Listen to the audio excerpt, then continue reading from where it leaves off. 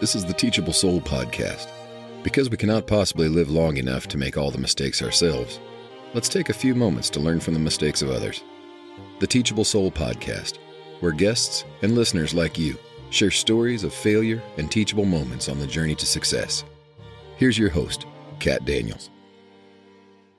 Welcome to the Teachable Soul podcast. I'm your host, Kat Daniels, and today with me I have our guest, Amy Goober. By the way, I love your last name. That's so fun.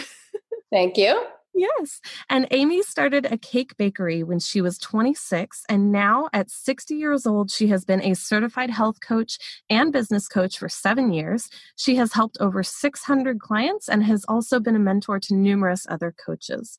Welcome, Amy. Thank you for coming today. Thank you so much for having me. It's exciting and fun. Absolutely. Yeah. So do you want to start by telling us what kind of teachable moments you had on the path to cake bakery to certified health coach? Yeah. So, I am a believer that opportunity is everywhere, and it's whether or not people either recognize it and or, take it and use it. And so it's interesting for me at 60 to look back at the path that I have taken, and it wasn't always with intention. A lot of things sort of fell into my lap. So I guess one teachable moment would be for people, if something excites you or seems interesting to you and often seems scary to you, then go for it. As long as there's not some huge investment that could affect your life adversely.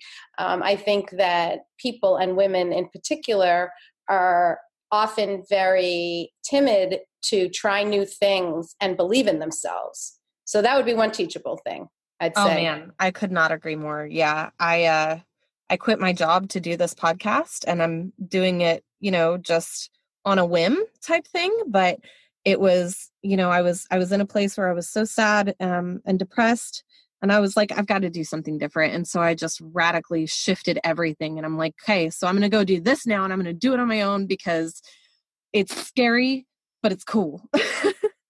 Well, I'm proud of you, because that is not an easy thing to do. Oh, I know. But I also believe that, if you don't, the things we regret the most in life are the things we don't do. Oh, yeah. Not the things that we actually do. And so your chances of regretting something you do are much smaller than regretting something that you didn't try. For sure. And even if you do regret something that you do, you're probably going to forget about it eventually. So. Were there things, back when you started your cake bakery that you didn't get to do that you regret not doing now? No, not at all. That was a big thing. At 26, I was working in advertising for 4 years, which wasn't anything I was that interested in. It just was like a job that I could get. And I had been I had always loved cake decorating, even as a little girl, as a 7-year-old. And anyway, I started taking classes, and then I started teaching cake decorating classes. And then I was making cakes for the advertising agency client. I made like a Friendly's restaurant, 3D, nice. Sculpted, for Friendly's. Wow. So, crazy stuff. And so people were saying to me, like, why don't you just open a bakery? And I was like, yeah, why don't I?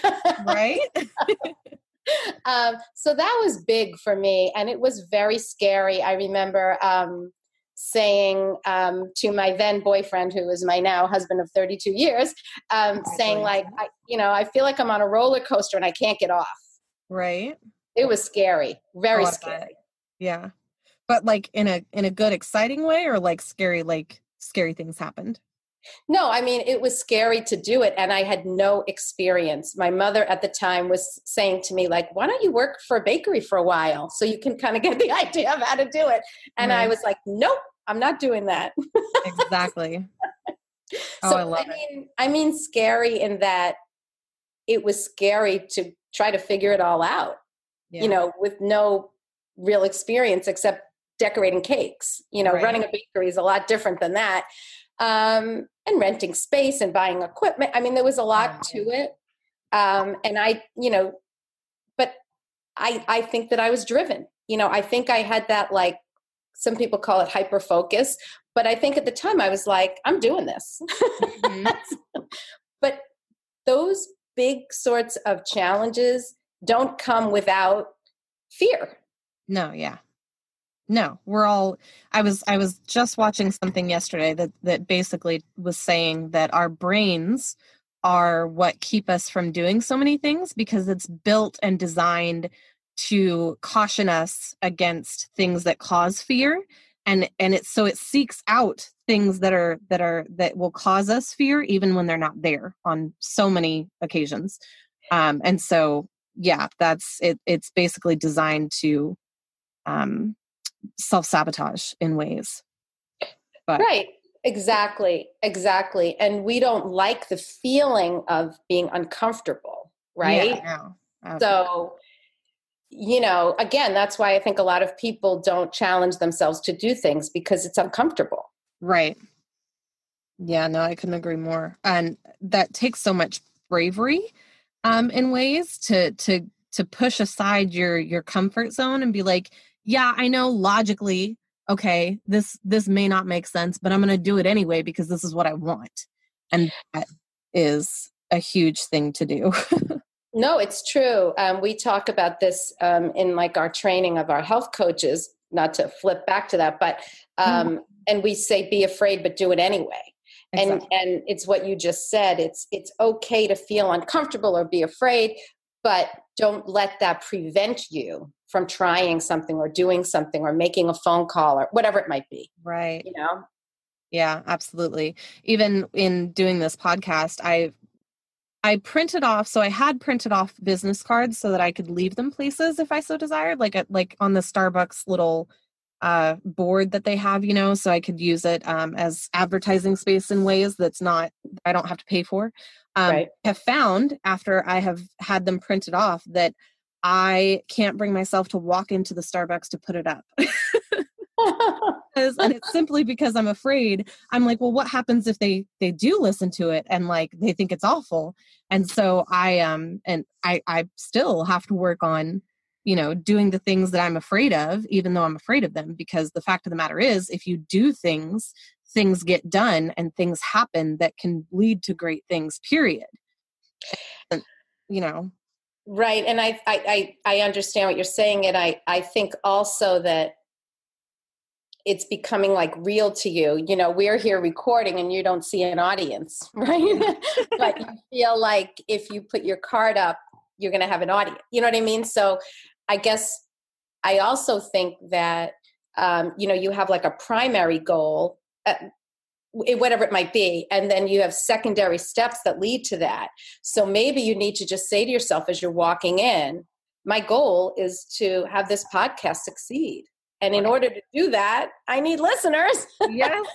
You know what I mean? If you take it away from, just realize that these are the small steps you need to get to the success you want. Yeah, absolutely. And I think that that's true of everything. Oh yeah. Right? Yeah, totally. So when you were opening up, I mean, not to go back to that, but when you were opening up your cake bakery and your mom, for instance, was telling you, maybe you should just go work in one first, because I've been told that. Of course. And I'm like, but these days, to even get a job in a place without any experience, like, you have to know people, and it's even harder now, I think, than it really was back then. But what did you tell them? Yeah, so there were really two things that my mother said, and I'm lucky to say that she's still alive. She's 88 now, but and I remind her of this all the time. The one thing was what I just said. Have you thought of working in a bakery? And the second thing she said was, which is almost funnier, was, she had a friend whose daughter was at Harvard Business School, right? And she said, do you want me to connect you so she can maybe help you make a business plan? And I said, I don't need a business plan. Right. I mean, seat of your pants was like the way that I did it. Yeah. And so, I think that I was bold, and I guess I was brave. And I think that I thought I was good at it. And it really was ahead of its time. It was kind of like Cake Boss was the sort of bakery that I had. There, wow. there was not a cookie, not a croissant, nothing. It was just decorated cakes. Right. And when I say cake bus, I mean, like we did cakes for 1,000 people, huge things, big projects. I hired people, rented cars. I mean, delivering things for bank openings, 10 simultaneously. I mean, really like wild things. Yeah, that is fantastic. Oh my God. It's just, looking back on it, I almost can't believe it. But so there were a lot of naysayers, right? But I did it. I just kept going. And I left a job that I had like grown to a high level at in 4 years. That was also, people were not supportive of that either. Oh, I bet not. So what made you ultimately like leave the job? And I mean, so I've spoken with a lot of people who have like, climbed the ladder, they've grown the ranks, and then they get almost to where they want to be. It seems. Right. And then they're like, but this isn't where I want to be anymore. I want to go do something else, and then go off and do their own thing. And it's fantastic, just as you have. Yeah. Well, I think that's, you are right on target. I had to start as a secretary, even though I had I'll just say a very good college education. Right. And all women, it was 1981, and all women started as secretaries. Men came in above them. Of course. Yeah. And so it was like, I hate to keep referring to TV shows, but like, that's what people visualize. It was like Mad Men. I was like a secretary, it was not that time of it wasn't the 50s, but it was that idea. And so I worked my way up to the level that I really wanted to be, which was account executive. And that's when I left. Mm-hmm. So I don't know, but I felt it was a very male dominated business and industry and agency. I worked for a big agency, ad agency. It was very male dominated, right. Very. Mm-hmm. And so even though I got kind of to where I wanted to be, I didn't have like the passion for it. No. Yeah. Huh. So I don't know how to even advise other people except to say, go ahead and do it. And you know what? Also, you can seek advisors. You know what I mean? Like I remember going to SCORE. I don't know if you're familiar with SCORE, but it's free business advice. And I remember going and talking to them. And so I did seek out advice, but I was pretty headstrong about like I'm just going to do it. Right. And it was hard, and it was really hard. And so I started hiring people, as the business grew. And I really believe you should be working at the highest level of your ability. So, eventually I didn't bake anymore. And then eventually I didn't decorate cakes anymore. I was just doing the marketing and like the wedding appointments and all that, right? Because that was the highest level of my ability. And then in the midst of all that time, I got married and I was pregnant with my first child. And so I decided that what I really wanted to do was be a stay-at-home mom. Mm-hmm. And I sold my bakery to 2 of my employees. Oh, okay. And it's still there. So it's been there over 30 years, which is crazy when I think about it. I had it for 7 and they've had it for like 25. Yeah. Wow, that's amazing though. So I switched gears there, and we had bought a house, and I knew no one because I'd been working, like 7 days a week, right? So, right. And I had this baby, and I didn't know anything about taking care of babies. I never even babysat. So again, I was like, I couldn't believe they let me take that baby home to the hospital. So I like made staying at home, as being a stay-at-home mom, a career, basically, So how long did you do that for? I did that for 16 years. I ended up having 3 children over time, and I joined every club and every organization I could find. And then, when my oldest one went to kindergarten, I was very discouraged about the playground at the elementary school. It was old and it looked really dangerous.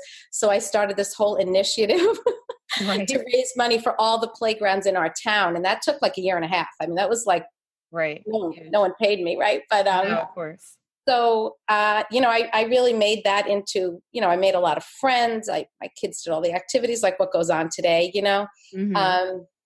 And then I wanted to lose weight because it's a whole nother chapter, but I had struggled with my weight my whole life. I was actually overweight as a teenager. Oh, wow. Okay. Yeah, I know, a long time ago. And so weight had always been an issue for me. And I'd always been trying to lose weight and dieting and exercising and all of that. And then in 2013, which is 7 years ago, I followed this program that somebody it fell in my lap, literally, Right. and I was so skeptical because if anybody out there has ever tried to lose weight, it's a huge struggle.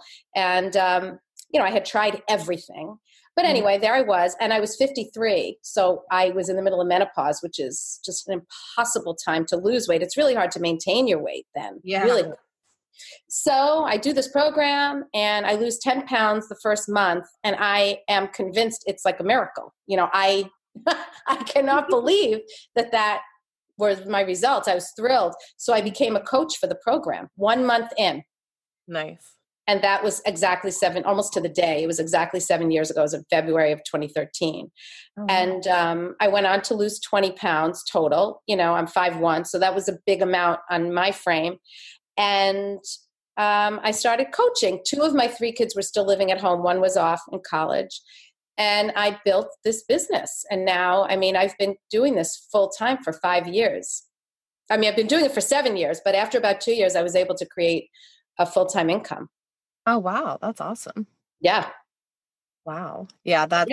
When I was, I didn't really, I kind of did, but when I was in middle school, I kind of struggled, with I think every human being probably struggles with their self-image in middle school.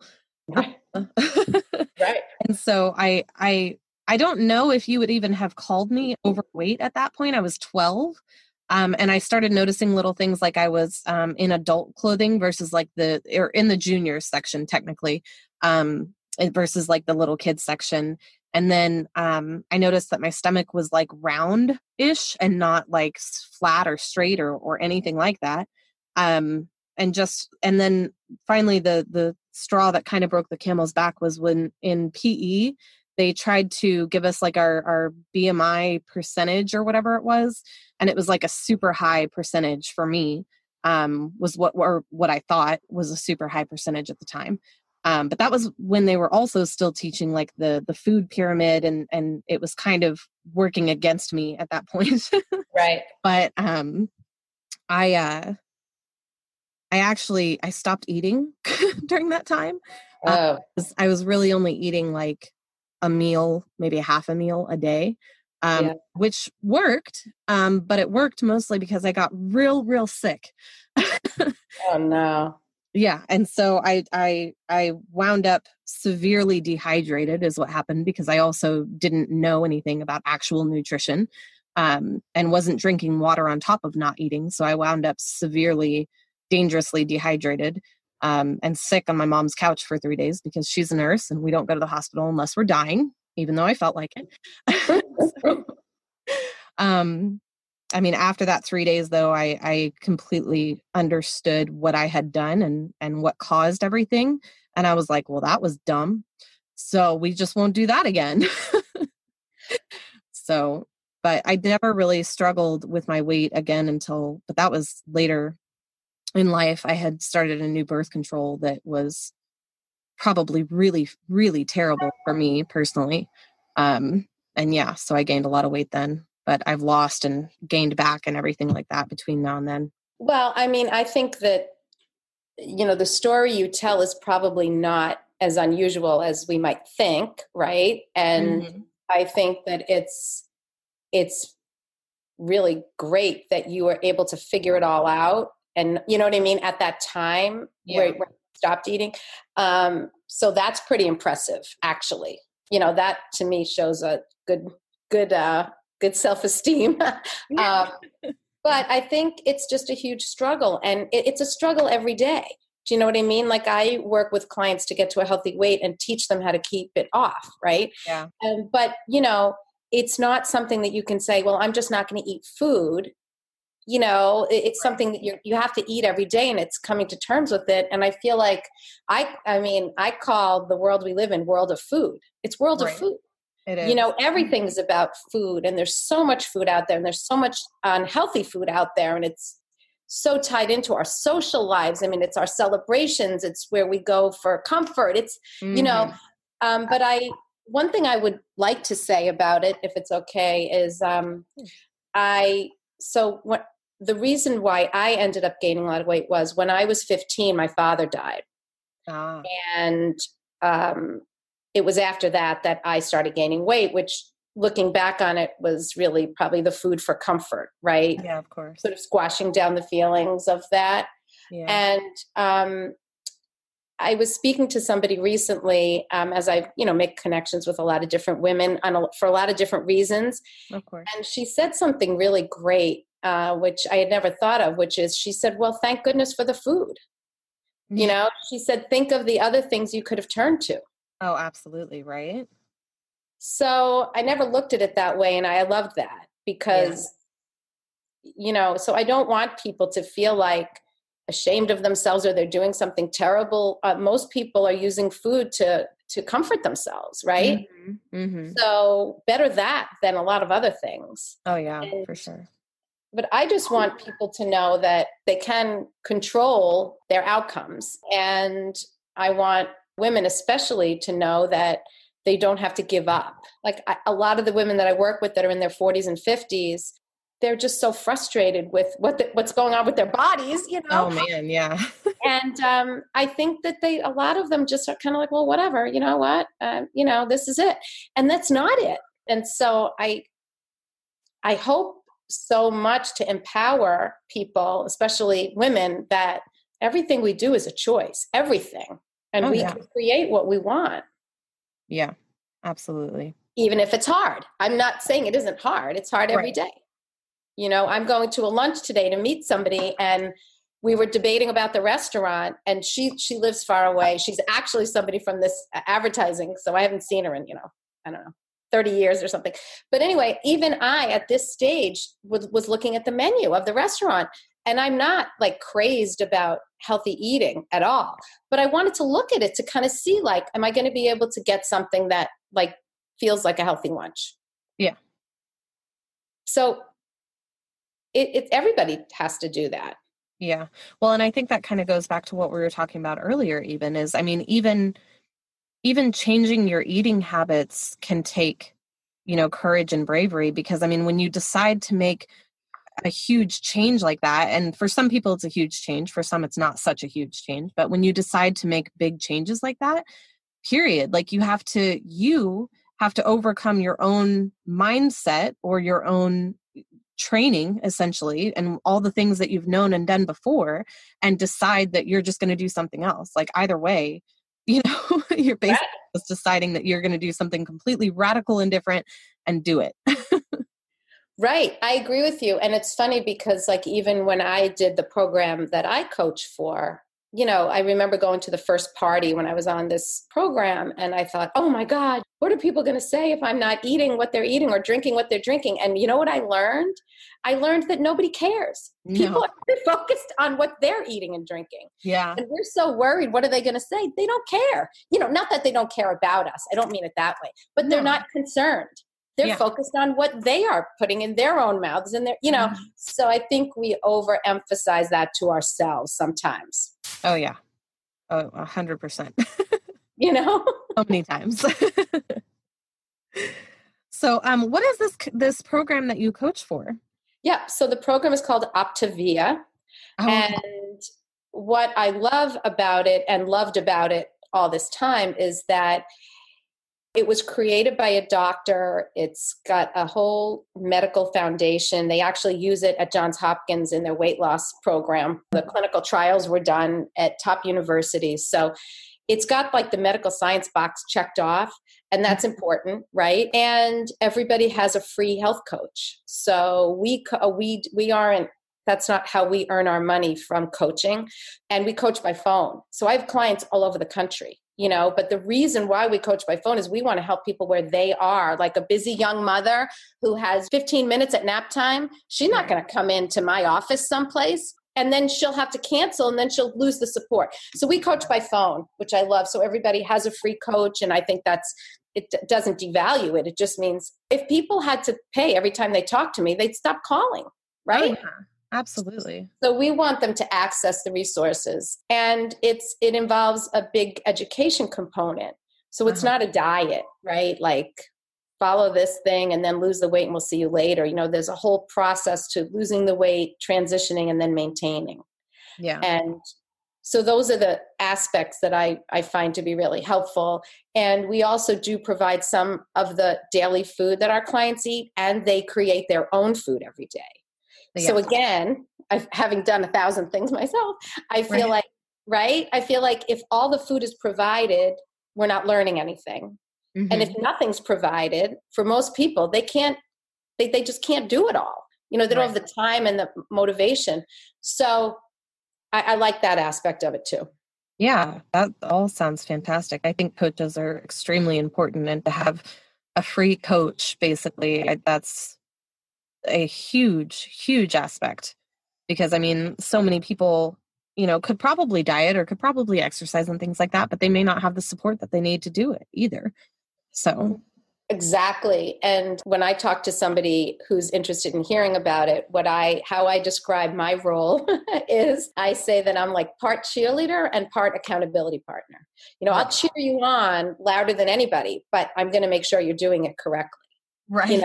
Because that's the point. And then we create like these walking billboards is what we call it, right? So I lost weight on the program. My husband followed the program. And then we just sort of walked around in our lives and people could see it, right? It's very visible and wanted to know what we were doing. So I was able to create a whole business out of it. And I have other coaches that have done the same that I mentor. So I love that part of it too.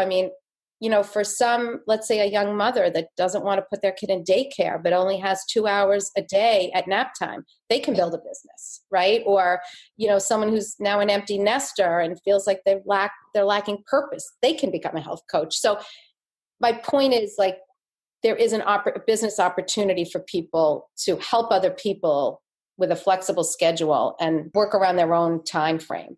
And I love that too. Yeah, those are all super, super important things for anybody. I have found, so I've started going back to the gym and things like that, but I have found that, losing weight in the beginning, I think is almost like a part-time job or a side hustle. Like it has to be something that you definitely carve out time and push other things aside in order to actually achieve the results that you desire. Right. And I think, I find that our program is very easy because we do provide some of the food. So they're really only focusing on kind of creating or going out to eat that one healthy meal. And people feel very good on it. It's about the balance of the macronutrients and the blood sugar. So there's all that good stuff. But I do agree with you that even if it's not the time that goes into it, it's the mindset, right? And so people have to, I tell them the headline, what do you want? We do a whole conversation of where are you at and what do you want and why do you want it? What's your motivation? And I just tell them, make that the headline, whatever those things are. And then everything else supports it. Yeah, absolutely. But you do have to have you're combating the world of food. Right. You do have to really get your head on straight if this is something you want to do. But I don't find it different than anything else. I speak and I do leadership trainings also for companies. And I say to them, it's the same thing as if you decide you want to do better in your job. Don't you have to put other things aside for that? Yep. Exactly, because there is only 24 hours in a day. You can only do so much. Right? But you might have to stay late. You might have to bring work home. You might have to, I don't know what the other things are. But so it's like anything in life. If you want to raise children and raise them well, that's a commitment.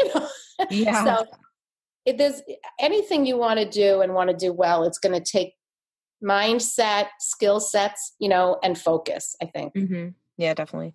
So another thing so we talked about BMI a few seconds ago. So my son is 13 right now. He is 5'8" already. He is the he is the average actual size and weight of a 16-year-old. So when we go to the doctor, they have actually tried to convince me that he is overweight and like obese, But when you Google and technically, okay, whenever you search his height and weight somehow in the BMI chart for his age, that is correct. But when you search that exact same height and weight for a 16-year-old, it is not overweight. Yeah. I mean, so are you asking my opinion? Yes. Like what is with the BMI? Like what is it? Is it different for everybody? Like what is the purpose of the BMI, I guess? Yeah. So that's a great question. And I do a talk on healthy habits, and I do have a slide with the BMI chart on it. So, and what I say about the BMI chart is, we use it only as a guide. Do you know what I mean? Because it doesn't account for gender. Mm-hmm. It doesn't account for age. Okay. It doesn't account for body type. So or frame. Mm-hmm. But what it does is it gives, and I wouldn't even use it for a 14 or 16. I mean, to me, it's an adult scale, not scale to stand on. It's an adult measurement. You know what I mean? Right.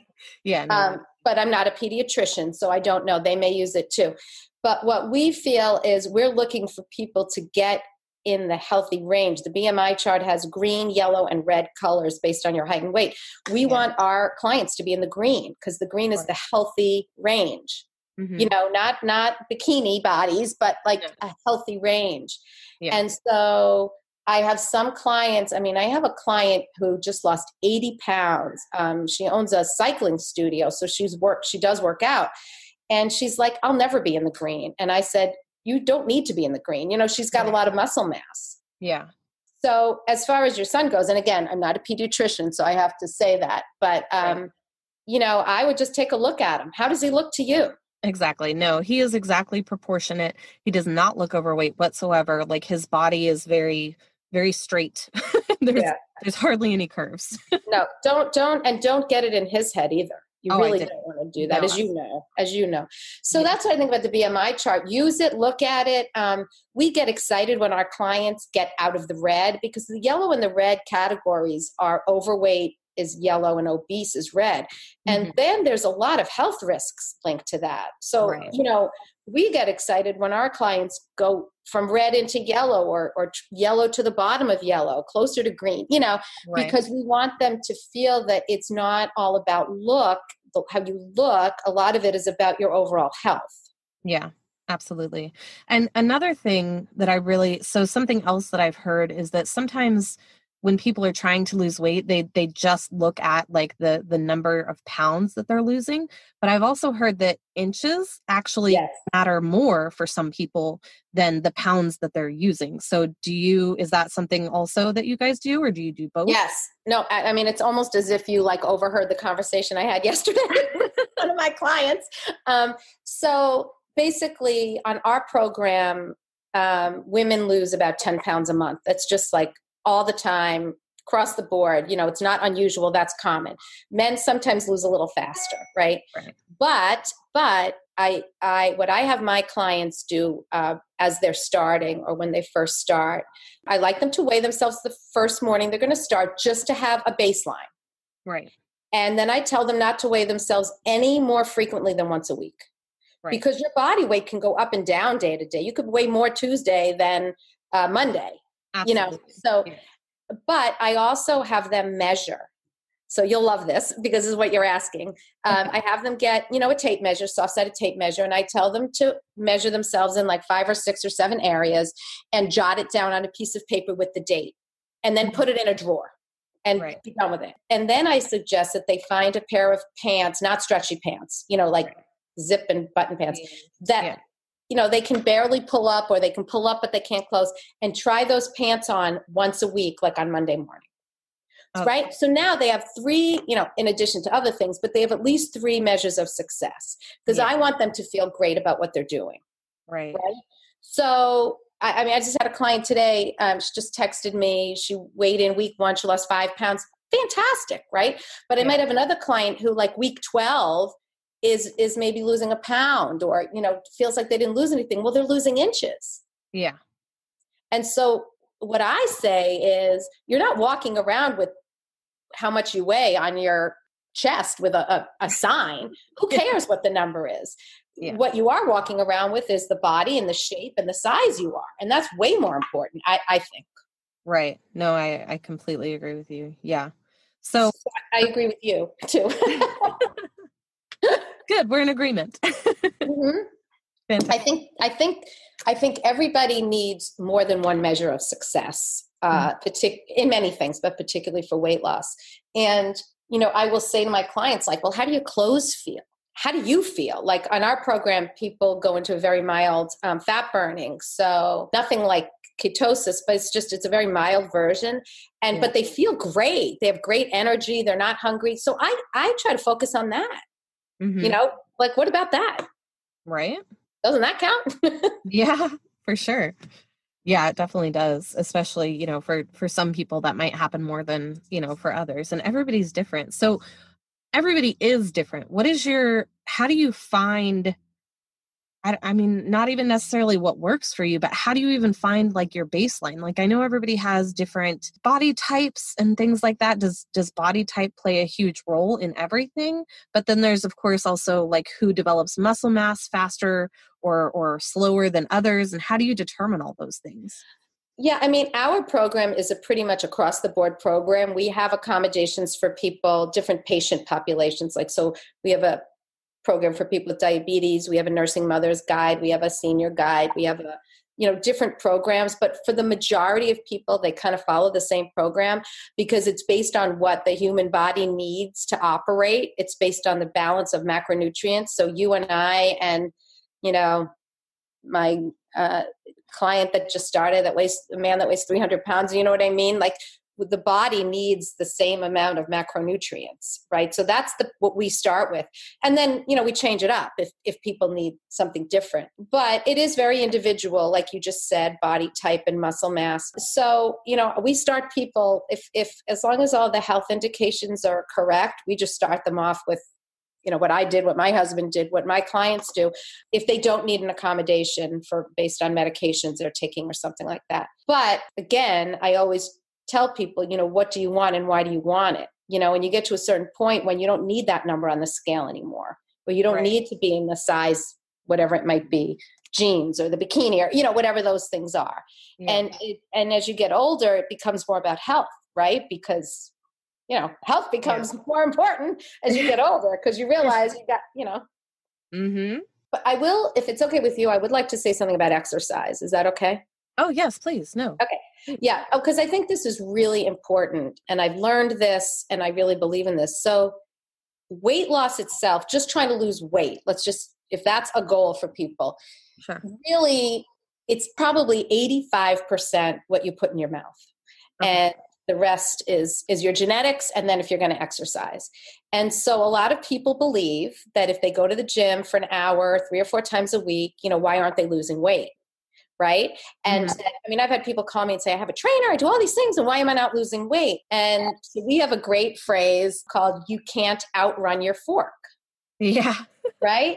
Yeah. So if you're exercising, and I'm all for it, like, absolutely. It's healthy. It's good for toning. It's good for strength. It's good for endorphins and mental outlook and all those things. But don't think that just by exercising, you're going to achieve weight loss. Because if you exercise a day, an hour and a half a day, what are you doing the other 22 or 23 hours? And what you might burn off by exercising, you can easily make up with a slice of pizza. You know what I mean? So I just think people get it in their heads that they worked out, so they should be able to like go to town on food and drink. And you can't. Right.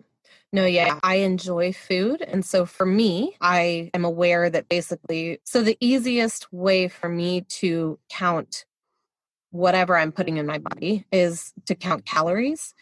Because that's something that I know that I can put on and take off with exercise. And I enjoy food way too much. So I have continued eating most of what I want to eat. I might cut back on the portion sizes, but I know that I have to exercise like a certain amount in order to burn it off.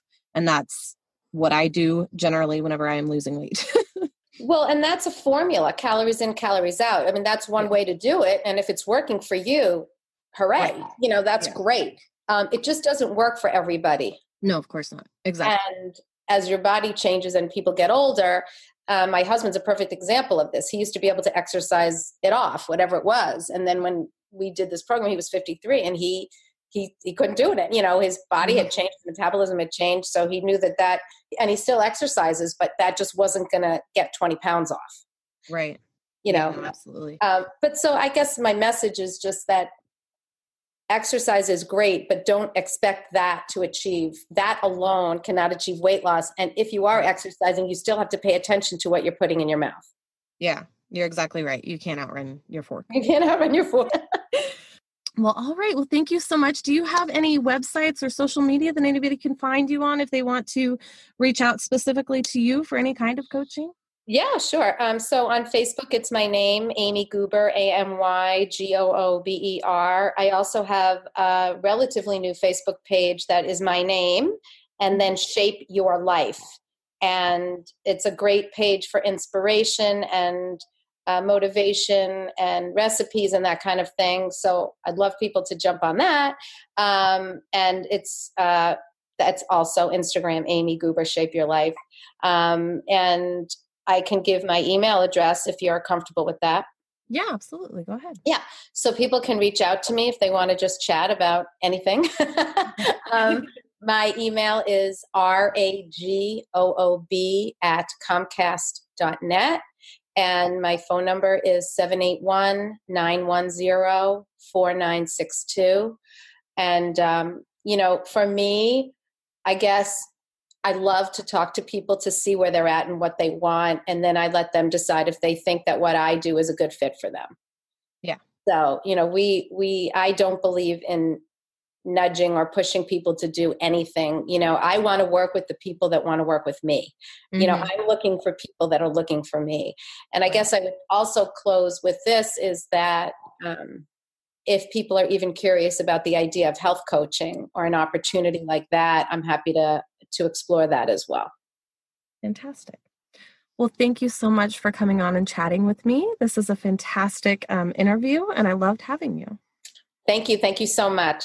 Thank you all for continuing to listen and for your patience with me in this whole learning process. I really appreciate that anybody at all listens. I genuinely do. And I thank you guys so much. You guys can always find me on Facebook, Instagram, Twitter now, and LinkedIn at The Teachable Soul or The Teachable Soul on Twitter. And if you would like to help support the show, you can find me at patreon.com/theteachablesoul. I'll be trying to create some extra content there for you guys if you subscribe and kind of interact with you. One of the things that I like least about podcasts is that I can't interact or ask questions to any of my listeners, but through Patreon, hopefully I'll be able to do that. So thank you again for listening.